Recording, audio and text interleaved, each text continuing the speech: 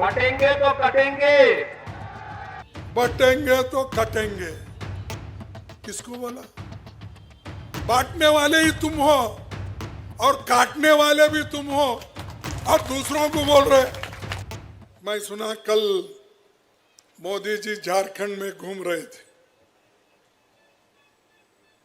और झारखंड के धरती पर उन्होंने जो भाषण दिए, जो वायदे किए, वो सब झूठे वायदे, जुमले। मैं नहीं बोलता, उनके जो होम मिनिस्टर है, जब उनको पूछा गया कि भाई आप इस देश के नौजवानों को 2-2 करोड़ नौकरियां हर साल देने का वायदा किए थे, तब वो अमित शाह जी ने कहा कि वो तो चुनावी जुमला था। और इतना झूठ बोलते हैं कि चुनाव जीतने के लिए हर बात झूठा। उन्होंने कहा 15 लाख मैं काला धन बाहर से लाकर तुम्हारे जेब में डालूंगा। मिला आपको 15 लाख? नहीं मिला। देखो, या तो मोदी झूठ बोल रहे या आप लोग लेकर झूठ बोल रहे। कौन झूठ बोल रहे? हाँ, नहीं, अरे वो तो हमेशा बोलते हैं, एक कांग्रेस वाले झूठ बोलते हैं, वो देता हूं, ये देता हूं, महिला के लिए हम ये दे रहे हैं, नरेगा किए, फूड सिक्योरिटी किए, ऐसी बातें वो बोलते। नहीं दिए ये? नहीं। अच्छा, 2 करोड़ नौकरियां, हमारे पास कोई बेकार नहीं होगा झारखंड में। हर साल 2 करोड़ बोले, 10 साल में 20 करोड़ लोगों को नौकरियां मिलनी चाहिए थी। मिले आपको? मोदी जी ने नहीं दिया, नहीं दिया। फिर पूछो भाई, जो ये झंडा लेके आते, गेरुआ झंडा, क्या बोलते उसको, वो भगवा झंडा लेके आते, मोदी की तारीफ करते, मोदी जी के बारे में बहुत कुछ बोलते, 36 इंच की छाती, बहुत तारीफ होती है, लेकिन आपको 2 करोड़ नौकरियां भी नहीं मिले, 15 लाख भी नहीं मिले। और किसानों के लिए मैं डबल आमदनी करूंगा, एमएसपी 2 पट करूंगा। हुआ 2 पट आपका एमएसपी किसानों का? नहीं हुआ, वो भी झूठ है। अरे ये झूठ पे झूठ बोलने वाले को फिर आप वोट कैसे दे रहे हो? देखिए, ये हमेशा कैसी बातें करते हैं। मैं गुजरात में पार्लियामेंट इलेक्शन में गया था, वो भी पार्लियामेंट इलेक्शन में अपने राज्य में घूम रहे थे, तो उन्होंने हिंदू मुसलमान में झगड़ा लगाने के लिए, दलितों में झगड़ा लगाने के लिए, छोटे बड़ों में झगड़ा लगाने के लिए क्या कहा था लोकसभा के चुनाव में? देखो, ये कांग्रेस वाले आएंगे, आपकी संपत्ति छीन लेंगे, यहां तक मंगलसूत्र लेंगे, भैंस खुलवाएंगे। ये किसने बोला? आपको याद नहीं किसने बोला? मोदी। ये मोदी ऐसा है भाई, मंगलसूत्र बेचने लगाने वाला और संपत्ति छीनने वाला और भैंस खुलवाने वाला, ये सब कर करके किसको दे रहे हैं? ये सब अदानी अंबानी को दे रहा है। अदानी अंबानी दो अमीर लोगों को तुम्हारी सारी संपत्ति लूट के दे रहा। इस देश में 5% लोगों के पास 60% संपत्ति है। कितनी है?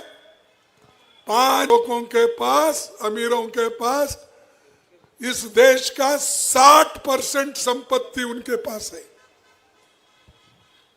और हम 50% गरीबों के पास सिर्फ 3% इस देश की संपत्ति है। तो मोदी साहब, ये जो गरीब और अमीर में खाई बढ़ रही है, आपने तो बोला, बड़े बड़े भाषण दिए, ये कांग्रेस वाले चूसते, कांग्रेस वाले वैसा किए। हमको तो गालियां दे के आप आए, लेकिन मुझे बताओ इस 10 साल में क्या किया आपने? सिर्फ भाषण। अरे भाई, भाषण से पेट नहीं भरता। यहां आए, अब कॉर्पोरेशन इलेक्शन में मोदी आके वोट मांगते हैं, म्युनिसिपैलिटी इलेक्शन में भी पूछ रहे, एमएलए इलेक्शन में पूछ रहे। अरे कहां कहां जाएंगे भैया? उस राज्य के लोगों को छोड़ो, अब तुम आते तो हम भी आते हैं। और इस देश की भलाई सिर्फ चुनावी भाषण से नहीं चलता।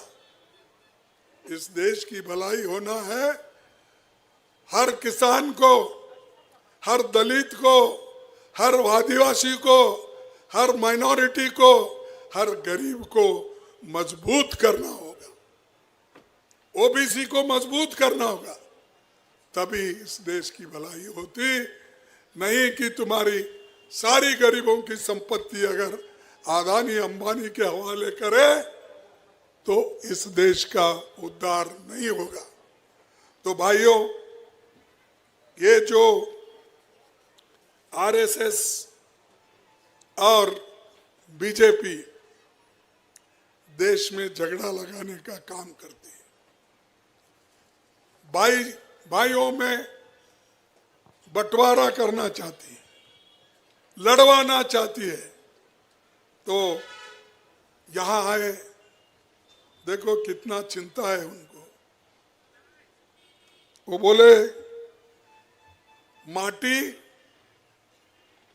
और बेटी और रोटी, यह सब बाहर के लोग लूट के ले रहे हैं।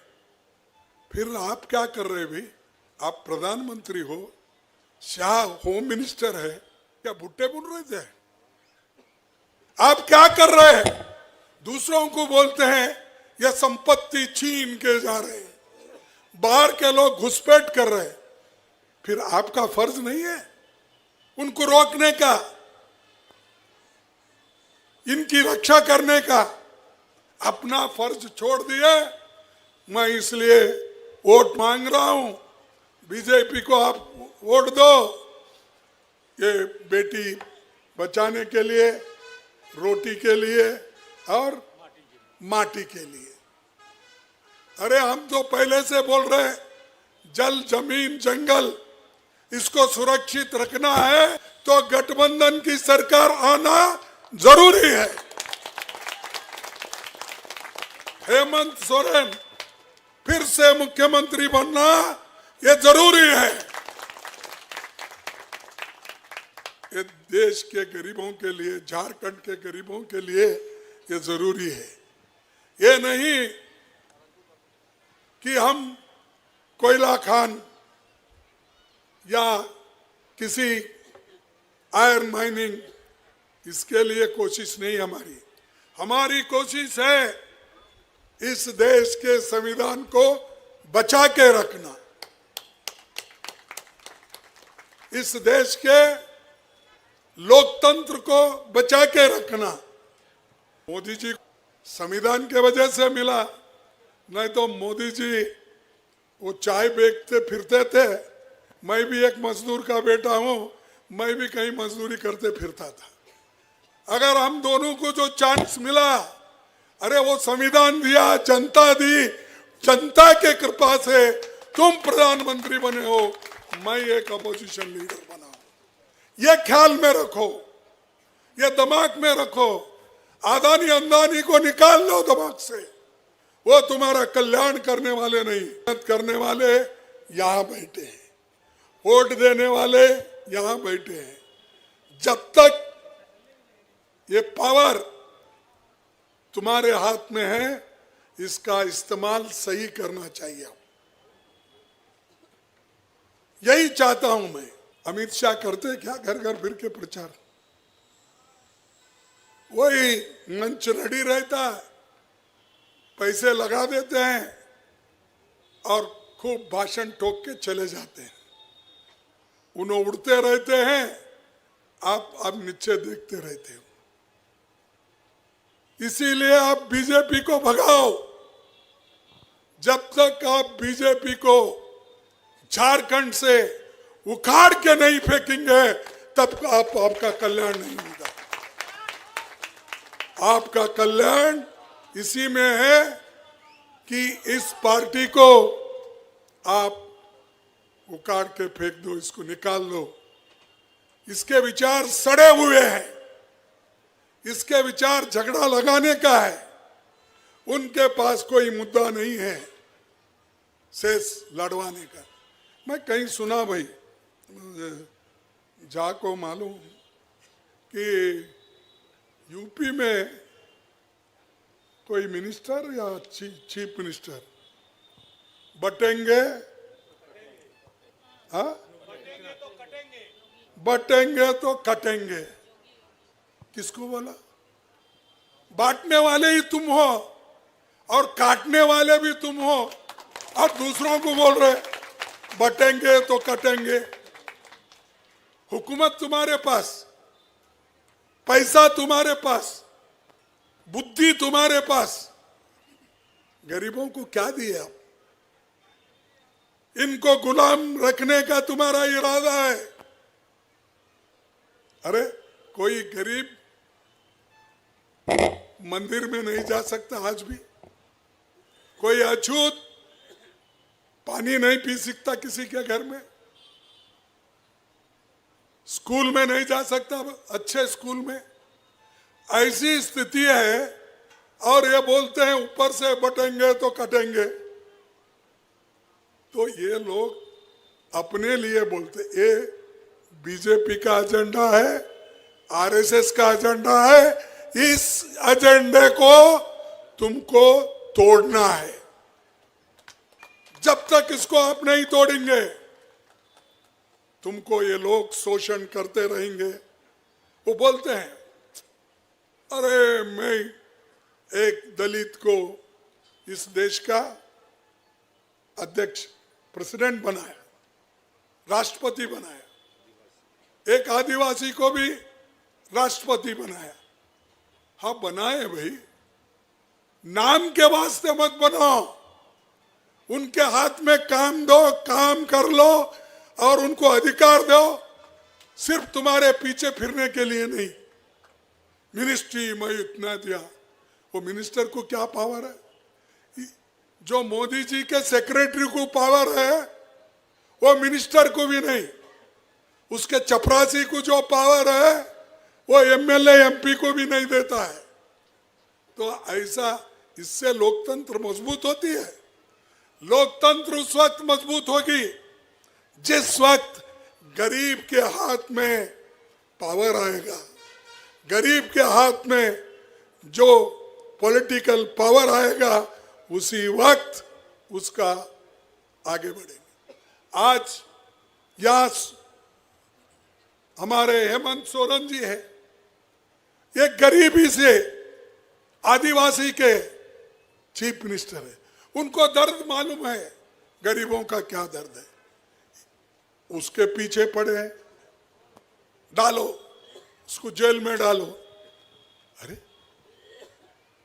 हर आदमी जो गरीब दलित, पिछड़ा, अल्पसंख्यक होता है, वो अच्छा काम अगर करता है उसको कहीं नहीं पकड़ा और जेल में डाला, क्योंकि उनकी बात नहीं चल रही है। उनके आरएसएस और बीजेपी के लोग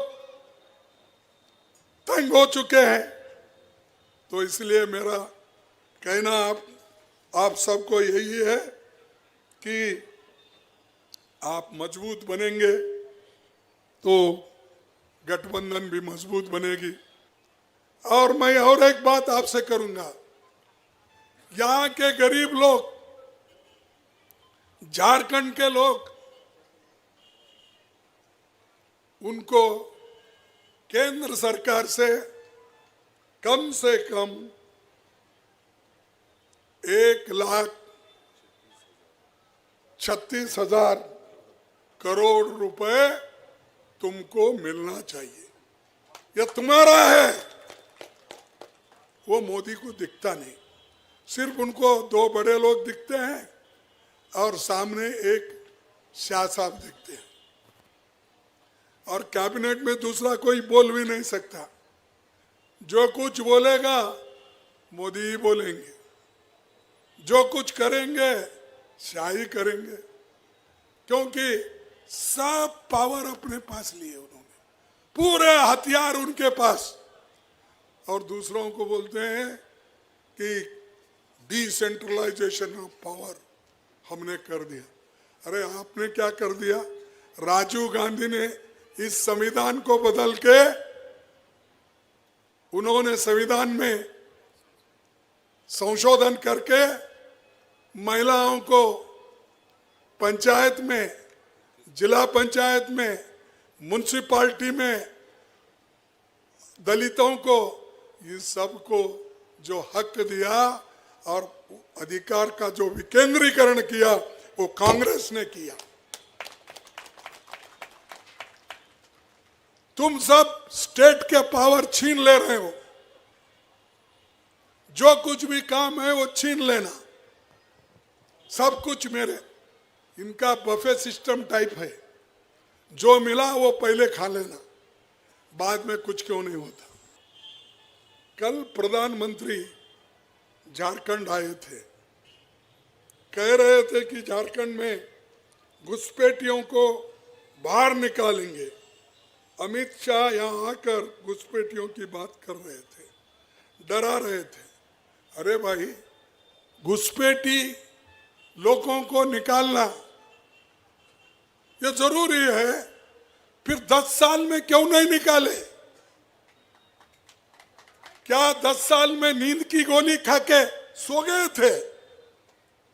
हुकूमत तो आपके पास है, और घुसपैठियां घुसे, अंदर घुसे, तुम क्या कर रहे? क्या भुट्टे बुन रहे थे? अरे जिस आदमी के पास हुकूमत है वो अगर ऐसी मजबूरी की बात करता है तो वो गद्दी पे बैठने के लायक नहीं है। और प्रधानमंत्री, गृह मंत्री के पास ये पूरा पावर है। बॉर्डर पे क्या कर रहे हैं? हमारे नौजवानों को, हमारे जवानों को आप एक ये कर रहे हैं कि वो कुछ काम नहीं कर रहे, ये दिखा रहे हैं आप। तो हमेशा ये मोदी जी की आदत होती है, जो चीजें करना चाहिए वो करते नहीं और दूसरों के ऊपर डालकर ये बताते हैं। और ये टैक्स, ये देखो, हमारे जरूरी चीजों पर, खेतों के चीजों पर, मैं किसानों का हमदर्द हूं, किसानों के बारे में सोचता हूं। वो भी बोलते हैं, शाह बोलते हैं, वो हमारे फाइनेंस मिनिस्टर भी बोलते हैं, निर्मला सीताराम जी भी बोलती है। खेती में सहूलत मिलती थी, मोदी जी ने खाद पर 5% टैक्स लगाया। कृषि उपकरण जो भी है उसको 12% टैक्स लगा है, जीएसटी। आम आदमी पर जीएसटी का भारी बोझ डालने वाले कौन है? मोदी जी है। तो ये मोदी जी हमेशा झूठ बोलते आए हैं, नकल करते आए हैं, और इनकी जांच में मत आओ। जवाहरलाल नेहरू जैसे नेता लोग आज़ादी के बाद बड़े बड़े कारखाने यहाँ लाए, बड़े बड़े डैम्स उन्होंने बनाया, बड़े बड़े ये हमारे जो HAL, BEL, BHEL ऐसे, इसरो ऐसे, जैसे IIT, एम्स ऐसे सब कुछ जो बन गया कांग्रेस के, ऐसा एक आधा तो बताइए आप, जो एक 50,000, 20,000, 25,000 लोगों को नौकरी देने वाला फैक्ट्री एक आधा तो इन्होंने बनाया नहीं। 250 फैक्ट्रियां बेच रहे, रेल बेच रहे, रोड के टैक्स लगा के उसके ऊपर एयरपोर्ट, पोर्ट सब बेच रहे। इनका काम है हम कमाए, लेकिन ये लोग बेच के खा रहे।